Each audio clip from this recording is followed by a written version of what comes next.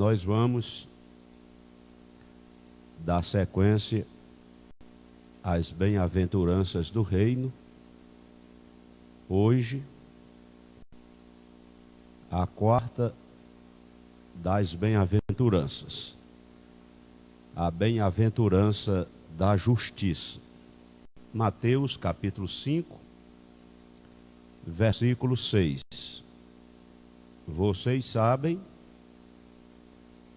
estamos estudando o Sermão da Montanha. Ainda estamos na primeira das 5 sessões do sermão, sendo que a primeira das sessões do Sermão da Montanha são as beatitudes, ou as bem-aventuranças. E as bem-aventuranças são 8. Estudamos sobre a bem-aventurança da humildade, a bem-aventurança das lágrimas, ou do quebrantamento. Para mim, particularmente, a mais difícil delas, a bem-aventurança da mansidão. Mais difícil não é para argumentar, é para praticar. Passando pela terceira, que é o meu maior desafio, as outras para mim é moleza. Nós vamos agora à quarta das bem-aventuranças, a bem-aventurança da justiça. Mateus, capítulo 5, e o versículo 6. Eu mais uma vez peço aos irmãos para lerem em suas casas todo o Sermão da Montanha. É uma preciosidade, é uma riqueza de ensinamentos. Eu disse a vocês e vou pregar 30 mensagens neste sermão, mas daria para pregar 100, 200. É uma fonte inesgotável. Leia em casa Mateus capítulo 5, capítulo 6 e o capítulo 7 de Mateus. Vamos à bem-aventurança da justiça. Mateus capítulo 5, versículo 6. Bem-aventurados os que têm fome e sede de justiça, porque eles serão fartos. Bem-aventurados os que têm fome e sede de justiça, porque eles serão fartos. Jesus fala primeiro de necessidades primárias, fome e sede. Vocês sabem que nós temos necessidades primárias, secundárias e terciárias. As necessidades primárias são as mais importantes. As secundárias são as menos importantes. E as terciárias não são importantes. Sobre a bem-aventurança da justiça, Jesus disse que são bem-aventurados os que têm fome e sede de justiça. Fome e sede faz parte daquilo que para nós, na parte física, humana, A anatomia do corpo humano é elementar. Sem a comida, o alimento sólido, sem a bebida, o alimento líquido, a vida humana seria impossível. Jesus disse que são bem-aventurados os que têm fome e sede, necessidades primárias, necessidades básicas. Mas poderíamos dizer, e Jesus estava dizendo, que são bem-aventurados os que têm desejo intenso, fome e sede, representam para nós necessidades indispensáveis, representam para nós desejos intensos. Ele disse que são bem-aventurados os que têm fome e sede de justiça. E o que seria ter fome e sede de justiça? Às vezes a pessoa tem fome e sede de vingança. E não é isso que Jesus está ensinando. Fome e sede de vingança não é qualidade para um cristão. Fome e sede de vingança são obras de um homem, de uma pessoa natural, de uma pessoa carnal. Pode até acontecer de um cristão se achando injustiçado, pedir a Deus justiça, mas o que ele está querendo não é justiça, é vingança. E esse tipo de pedido e oração, Deus não vai atender. Dentro desta linha, inicialmente que eu estou argumentando, antes de dizer o que é a fome e a sede de justiça, eu devo dizer o que não é. Então, a fome e sede de justiça não deve ser fome e sede de vingança. Tem um texto interessante, e eu quero que você aprecie comigo. Provérbios 24 e 29. É um texto interessante, que talvez passe desapercebido de muitos. Mas nós vamos avaliá-lo dentro desta ótica. Nós não devemos ser pessoas vingativas. Nós não devemos ter desejo de vingança. Provérbios, capítulo 24, versículo 29. Não digas, como ele me fez a mim, assim lhe farei a ele. Pagarei a cada um segundo a sua obra. Deus está dizendo, através do escritor sagrado, não digas. Não é nem para dizer, imagine o fazer. E como é a orientação nessa matéria? Não digas, como ele me fez a mim, assim lhe farei a ele. Eu vou pagar na mesma moeda, não pague.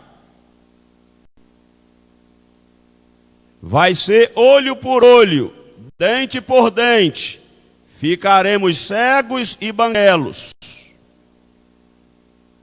Se for olho por olho, ficaremos cegos. Se for dente por dente, ficaremos sem eles. Na graça é diferente. A Bíblia está dizendo: não digas, como ele me fez a mim, assim lhe farei a ele. Esta não é a atitude do verdadeiro cristão. Esta não é a atitude de quem já nasceu de novo, de quem já foi regenerado e transformado pelo Evangelho. Não digas, como ele me fez a mim, assim lhe farei a ele. Aí Deus fala: pagarei a cada um segundo a sua obra. Você sabia? Justiça feita com as próprias mãos é injustiça. Eu vou fazer justiça com as próprias mãos. Não faça. Pondere. Reflita. Avalie. Não vai valer a pena. É melhor sofrer o dano. É melhor entregar nas mãos daquele que tudo pode e tudo julga. Justiça feita com as próprias mãos é injustiça. Bem-aventurados os que têm fome e sede de justiça. Fome e sede de justiça não é definitivamente fome e sede de vingança. Ainda neste argumento, Romanos, capítulo 12. Eu parto da premissa de que a Bíblia tem a primeira e a última palavra sobre qualquer assunto em matéria de norma, de vida e fé cristã. A Bíblia é a nossa bússola. A Bíblia é que nos guia. A Bíblia é que nos rege. Aí dentro deste assunto, Romanos, capítulo 12, versículo 19. Não vos vingueis a vós mesmos, amados. Às vezes, a pessoa quer vingar a si mesmo. A pessoa quer vingar alguém da família. Não faça isso. Não vale a pena. A Bíblia está dizendo: não vos vingueis a vós mesmos, amados. É um preceito. É uma norma. É um mandamento. Qual é o mandamento? Não vos vingueis a vós mesmos. Às vezes a pessoa quer fazer a vingança. A pessoa quer dar a retribuição, mas o Evangelho é renúncia. O Evangelho é abrir mão do seu direito e dá-lo a quem não tem direito. É fácil? É não. Mas é possível. Para quem é habitado pelo Espírito Santo, para quem é dirigido pela palavra, para quem é espiritual. Neste sentido, a pessoa não agrada a si mesma. Ela procura agradar a Deus. E o que é que Deus nos orienta? Não vos vingueis a vós mesmos, amados, mas dai lugar à ira. E o que é dar lugar à ira? É dar o tabefe? É não. O que é dar lugar à ira? É extravasar a ira que cega até o perspicaz? É não. Dar lugar à ira é entregar nas mãos daquele que julga corretamente todas as coisas. Dar lugar à ira é esperar a ação de Deus. Vamos continuar na leitura do texto. O texto é claro. Não dá margens para especulações. Romanos capítulo 12 e o versículo 19. Perceba que até agora eu estou dizendo o que não é fome e sede de justiça. Fome e sede de justiça não é fome e sede de vingança, pois a vingança pertence a Deus. E a vingança pertence a Deus, sim, sabia não? Romanos capítulo 12, versículo 19. Não vos vingueis a vós mesmos, amados, mas dai lugar à ira, porque está escrito. O que é que está escrito? Minha é a vingança. Quem é que está dizendo que minha é a vingança? É Deus. É Deus que está dizendo, minha é a vingança. Então Deus é quem vai vingar. Deus é quem vai retribuir. Deus é quem vai dar o pagamento com justiça aos nossos atos. Está escrito, minha é a vingança, eu recompensarei, diz o Senhor. Voltando ao texto da bem-aventurança. Bem-aventurados os que têm fome e sede de justiça, porque eles serão fartos. Não é fome e sede de vingança. Não cabe a nós fazer justiça com as nossas próprias mãos. Não cabe a nós executar o juízo e a justiça. É a atribuição divina. A justiça de Deus, ela é imparcial. Sim, a justiça de Deus é imparcial. Vocês sabem que a justiça dos homens é parcial. O símbolo da justiça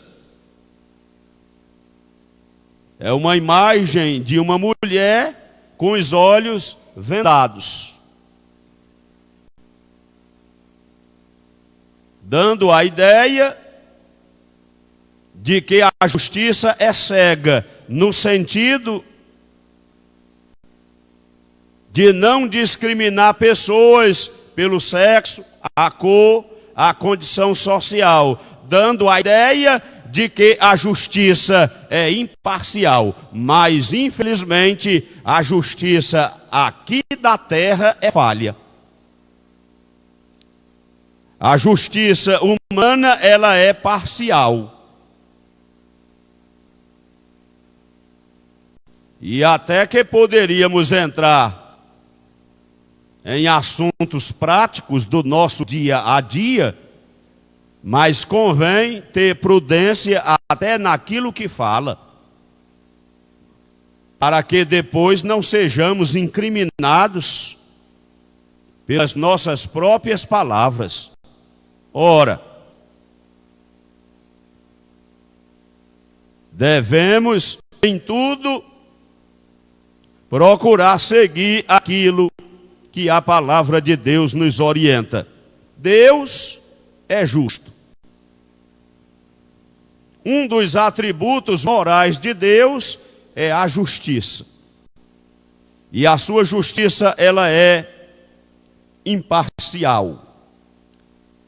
Ela é imparcial nos favores concedidos, ela é imparcial nos juízos praticados. Deus é justo. Ele é um reto juiz. Acerca da justiça divina, livro de Sofonias, capítulo 3, versículo 5. Eu estou dizendo que um dos atributos divinos, atributos morais, é a justiça. Sofonias, capítulo 3, fala a este sentido. Versículo 5. O Senhor é justo no meio dela, ele não comete iniquidade. Está dizendo que Deus é justo no meio dela, ele não comete iniquidade, cada manhã traz o seu juízo à luz, nunca falta, mas o perverso não conhece a vergonha. O nosso Deus é justo, a cada dia ele traz o juízo à luz. Glorificamos a Deus, pois ele é justo. Adoramos a Deus, pois ele é justiça. Salmo 99, versículo 4. E a força do rei ama o juízo. Tu firmas a equidade. Fazes juízo e justiça em Jacó. O nosso Deus, ele ama o juízo. Ele firma a aplicação dele, que é a equidade. Ele faz juízo e justiça. Salmo 45 também fala neste sentido. Versículo 6 e o 7 do Salmo 45, mostrando que Deus é justiça, que a sua justiça é imparcial. Sim, a justiça de Deus é imparcial. Ele não faz acepção de pessoas. Diz o Salmo 45, versículo 6 e o 7. O teu trono, ó Deus, o teu trono, ó Deus, é eterno e perpétuo. O cetro do teu reino é um cetro de equidade. Tu amas a justiça, aborreces a impiedade. Por isso, Deus, o teu Deus, te ungiu com óleo de alegria, mais do que a teus companheiros. A Bíblia está dizendo que o trono de Deus é um trono de justiça e de equidade. Jamais Deus cometerá injustiça. Jamais ele será parcial em seus julgamentos, pois o seu trono é um trono de justiça. A Bíblia diz que Deus ama a justiça. Salmo 45, versículo 7. Ele ama a justiça e aborrece a impiedade. O nosso Deus é imparcial na sua justiça, nos favores concedidos. Exemplo, Mateus, capítulo 5, versículo 45. Concessão de favores, ele é imparcial. Concessão de favores, a sua justiça é imparcial. Diz o texto, Mateus, capítulo 5, versículo 45. Para que sejais filhos do Pai que está nos céus, porque faz que o seu sol se levante sobre maus e bons. O sol é de quem? É de Deus. O texto diz, faz com que o seu sol se levante sobre maus e bons, e a chuva desça sobre justos e injustos. Perceba a sua justiça imparcial nos favores concedidos. O sol, ele se levanta sobre os maus, mas também se levanta sobre os bons. A chuva, ela desce sobre os justos, mas ela desce também sobre os injustos. Se fosse qualquer um de nós, o sol só iria aquecer os bons, os maus morreriam de frio. Se fosse qualquer um de nós, a chuva só desceria sobre os justos. Os injustos não receberão chuva, mas Deus, ele é imparcial. Ele é imparcial e justo na concessão de favores, mas também o é na execução do juízo. Ele julga com imparcialidade tanto o rico como o pobre. Ele é imparcial. Ele trata a todos da mesma forma. A sua justiça é imparcial. A execução do julgamento. Deuteronômio 10 e 17.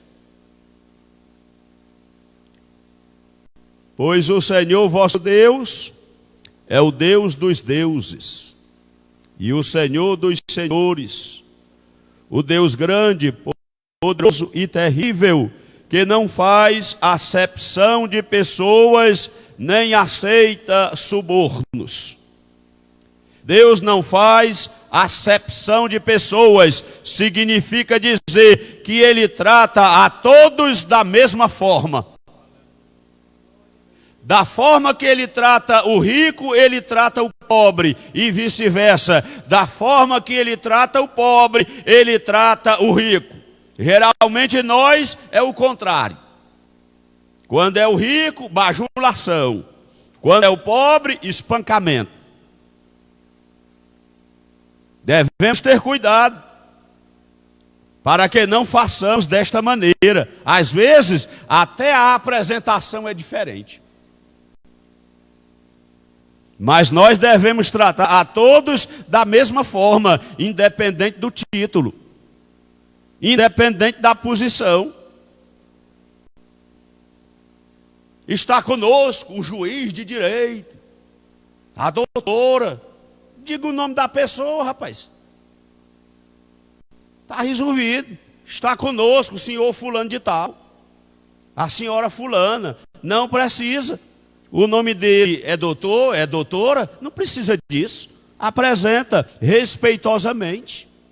Mas não precisa a bajulação pelo fato de a pessoa ter uma posição social elevada. Se assim fizermos, estaremos discriminando a acepção de pessoas.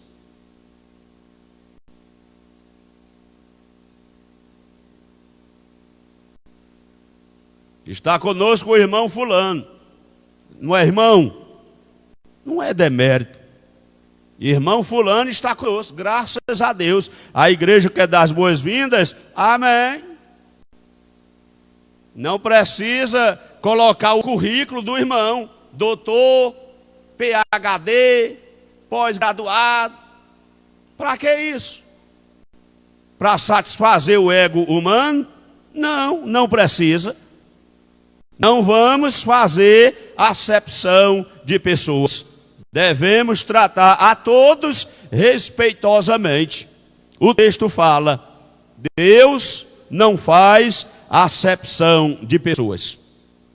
Não aceita subornos. Ele é Deus grande, poderoso e terrível. Deus é terrível. O adversário é horrível.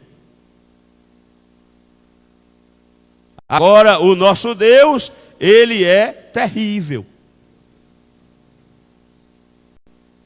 Ao receber a presença do mensageiro angelical,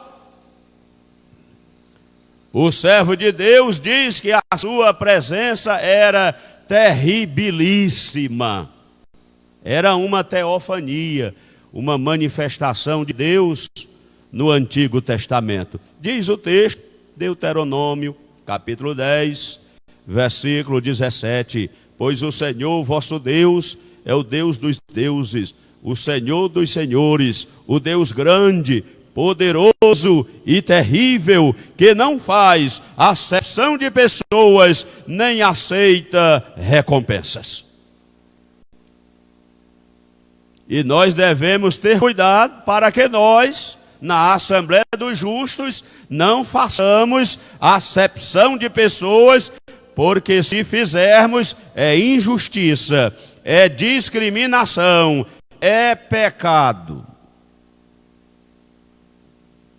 Bem-aventurados os que têm fome e sede de justiça, porque eles serão fartos. Sobre a justiça, eu vou destacar agora dois aspectos dela: a justiça imputada e a justiça praticada. A justiça imputada é a justificação em Cristo. A justiça praticada é a vida social e moral de cada um de nós. Vamos entender detalhadamente.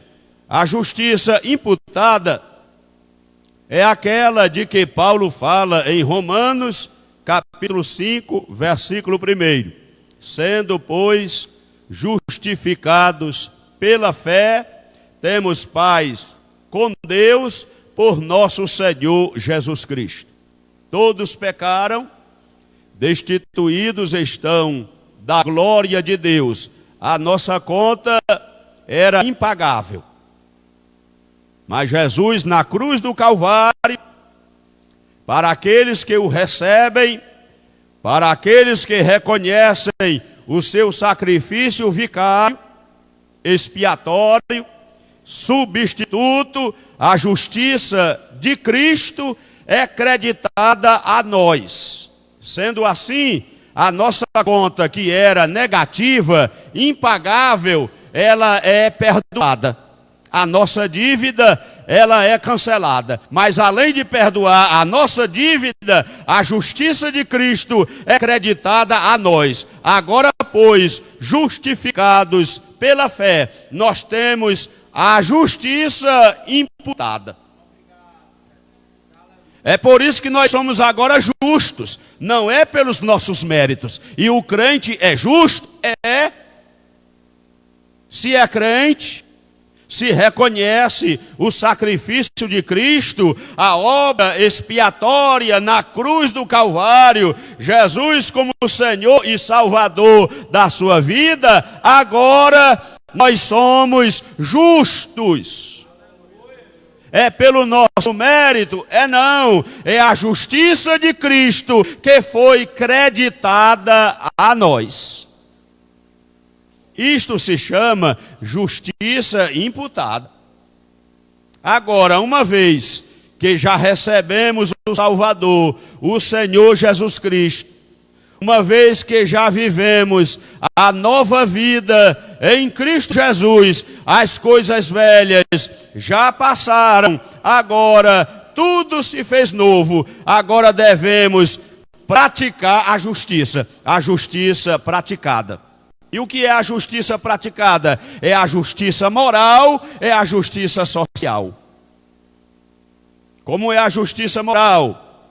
A pessoa ser justa, reta, sincera, honesta, coerente, produzir frutos dignos de arrependimento. Neste sentido é que Jesus fala: bem-aventurados os que têm fome e sede de justiça. Sabe o que é ter fome e sede de justiça? É ter fome e sede de Deus. Sabe o que é ter fome e sede de justiça? É ter fome e sede da sua palavra, da sua verdade, da sua santidade. Fome e sede de justiça é desejo intenso de ter uma vida que agrada a Deus. É este o sentido de ter fome e sede de justiça, é ter desejo intenso de servir a Deus mais, de servir a Deus melhor, mais sinceramente, mais honestamente, mais coerentemente. Bem-aventurados os que têm fome e sede de justiça, porque eles serão fartos. Ter fome e sede de justiça, amados irmãos, é ter desejo intenso pelas coisas que são de cima, pelas coisas que são do alto, como disse Paulo aos Colossenses.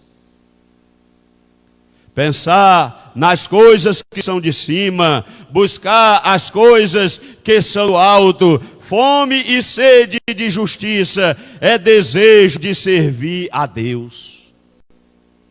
Servir a Deus mais, servir a Deus melhor, ser mais dedicado, ter mais compromisso, ser mais leal, ser mais santo, ter uma vida mais pautada nas verdades do Evangelho. Isto significa ter fome e sede de justiça.